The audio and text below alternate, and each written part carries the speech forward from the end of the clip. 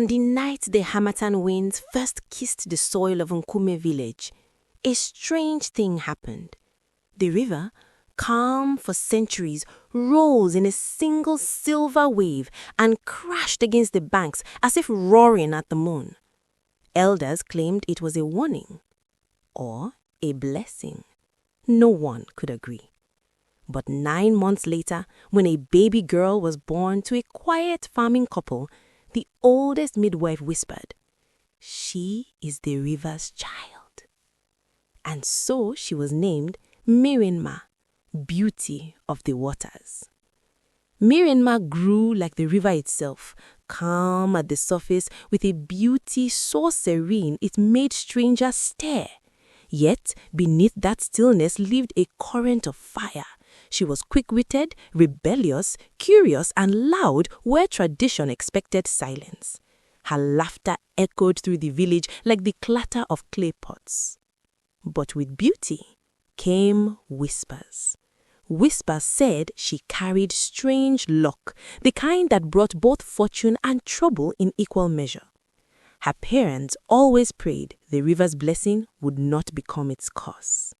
The annual Nkume Moon Festival was the village's pride. Drums that shook the earth, dancers moving like spirits, torches lifting flames skyward. It was under this fire-lit sky that Mirinma first saw Obina.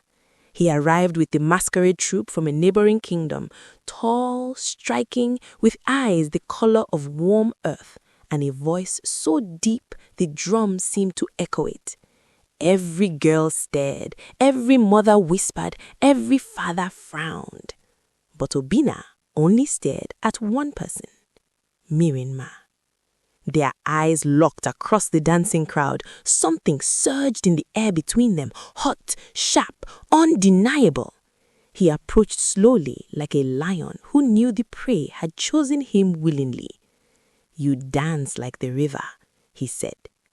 "And you talk like someone who came with trouble," she replied, not missing a beat. He smiled. "Maybe trouble is looking for you."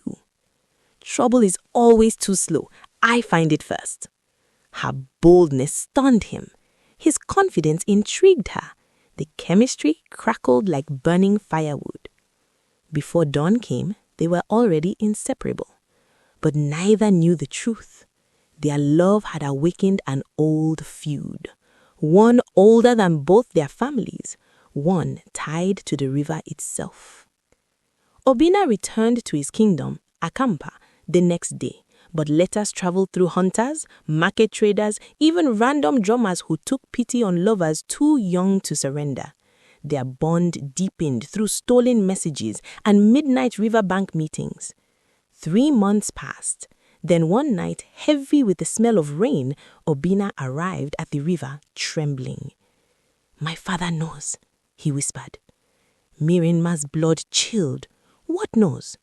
Obina reached into his leather bag and pulled out a folded cloth containing a wooden bracelet. Old, cracked, carved with symbols she didn't understand. This belonged to the last man who came from Nkume to love someone in Akampa, and their story ended in blood.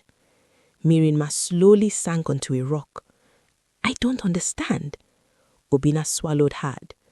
"Our kingdoms were once one, united under the river Opara, but a betrayal tore them apart. A man from Nkume stole a sacred artifact, one the river gifted to our ancestors. That betrayal caused a war. Since then, any union between our people is forbidden." "And you're only telling me now?" she whispered. His voice broke. "I wanted time to protect us, to find a way around it." The river's wind rose, cold and sharp. "So we are repeating history," Mirinma murmured. "No," Obina said fiercely, taking her hands. "We will rewrite it." But neither noticed something glowing under the water. The river had awakened again. Against their family's wishes, against history, against superstition, they continued to meet. In forests, behind shrines, in abandoned compounds, under moonless leaves where only crickets witnessed their trembling confessions.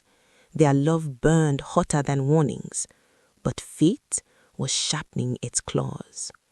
One night, as Obina crossed the border forest, he saw torches flashing and heard voices shouting his name. Hunters, his father's men. They cornered him near the riverbank. "Obina," one roared, "your father commands your return. No son of Akamba will disgrace him by chasing a river-born witch." Rage erupted in Obina's chest. "She is no witch," he said, voice shaking. "She is the only truth I've ever known." The blow came fast, a heavy stick cracking against his head. Darkness swallowed him. Mirima waited at their secret spot until dawn stained the sky orange. Obina never came. Fear gnawed at her. She felt the river tug at her spirit, not gently, but urgently, as if insisting she follow. So she did, through forests, through silence, through warnings echoing in her bones. At the border of Akampa, she met an old woman whose eyes were clouded, but whose voice held razor clarity. "You're looking for the boy," she said. Mirinma froze. "How do you know?" "The river told me," she whispered, tapping her forehead. "It has awakened. It chooses once every generation. This time, it chose you." "Why me?" "Because only a river child can break a river curse." Her blood turned icy. "What curse?" The woman leaned close. "The one tied to your birth." Mirinma's knees weakened. "Obina is imprisoned," the woman added. "Tonight he faces judgment." A tremor shook her entire being. "So what must I do?" she whispered. The old woman pointed to the rushing river nearby. "Enter the water," she said, "and listen."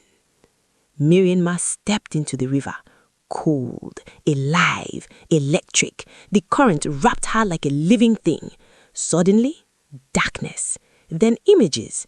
A young woman centuries ago holding a sacred river stone glowing blue, and a lover from the rival village holding her hands in secret. Their undeniable union discovered. Betrayal, bloodshed, war, separation. The stone stolen, the river turning violent, families swearing eternal hatred. Then the vision shifted, showing herself, Obina, and a path branching in two, one ending in destruction, one ending in peace. She came gasping out of the water. The river had given her a message. To save Obina, she must return what was stolen, the sacred river stone, and she must do it before moonrise. The river guided her to a hidden shrine in Nkume, one covered in vines forgotten by time. Inside, beneath cracked earth, she uncovered a clay pot sealed with ancient rope. Her hands trembled as she lifted the lid. The sacred river stone glowed blue, pulsing like a heartbeat. But before she could hide it, a voice thundered behind her. "Mirinma!" Her father, eyes blazing, heartbroken, terrified. "So it is true. You carry the river's curse and now you want to destroy us all?" "It's not a curse, Papa. It's a choice. And this time I choose love. I choose peace." His eyes softened just for a second. Then guards rushed in behind him. "Take the stone," someone shouted. Mirinma grabbed it and sprinted into the night. Her father's voice echoed, "Mirinma, come back!" But she didn't. The river's child ran towards destiny. By the time Mirinma reached Akamba, the moon hovered like a single judging eye. Obina knelt in the center of the village square, hands tied, face bruised. His father, King Oriji, stood tall and cold. "Obina of Akampa," he declared, "you have betrayed your blood. You have disgraced your land. You shall pay for—" "Stop!" a voice screamed. Everyone turned. Mirinma staggered into the square, breathless, river stone glowing in her palms. Gasps erupted, shouts, chaos. Obina's eyes widened. "Mirinma, what are you doing?" "Saving what matters," she said, stepping into the torchlight. King Oriji stiffened. "You bring the cursed stone into my kingdom?" She lifted it high. The stone pulsed bright, humming with ancient power. "The stone was never cursed," she cried. "It was stolen, a wound left open for centuries. But tonight," she looked at Obina, "it can heal." His father scoffed. "You expect legends to fix this?" "No," she whispered, voice trembling. "Love will." They stared at her confused. Then she did something no one expected. She placed the glowing stone in Obina's hands. The ground trembled. The river roared as if answering a call. Wind swirled around them, lifting dust, shaking torches. The stone burst into blue light, blinding, searing, magnificent. When the light dimmed, the stone cracked into two pieces, one glowing in Obina's hand, the other glowing in hers. The river had chosen. A deep rumble echoed. The river, miles away, rose in a towering silver arc in the sky, visible to all. Elders fell to their knees. Women screamed. Men clutched their children. Then a voice, not human, not earthly, whispered through the air. "The bloodline debt is paid. Let peace return. Let love rise." The river fell back into place. Silence blanketed the square. Then Obina's father spoke first. He stepped forward, stared at the glowing stone house, then at the two young lovers trembling before him. "History has repeated," he said softly, "but this time it chose love." He removed the rope from Obina's wrist. Then he turned to Mirinma. "Child of the river," he said, voice reverent, "the curse is broken. Let the kingdoms unite again." A collective gasp arose. Obina pulled Mirinma into his arms, tears slipping down his bruised face. He held her long, fierce, full of every emotion he'd been forced to swallow. "You saved me," he whispered. "You saved us," she replied. Weeks later, both kingdoms gathered at the riverbank for a festival unseen in generations. Drums boomed, palm wine flowed, dancers swirled like spirits freed. When Obina and Mirinma stepped forward to make their union official, the river shimmered under the sun, calm, peaceful, proud. The old woman from before appeared again, as if from nowhere. She touched Mirinma's cheek and whispered, "The river chooses well." Then she vanished. Villagers cheered. Children ran around them laughing. Elders poured libations.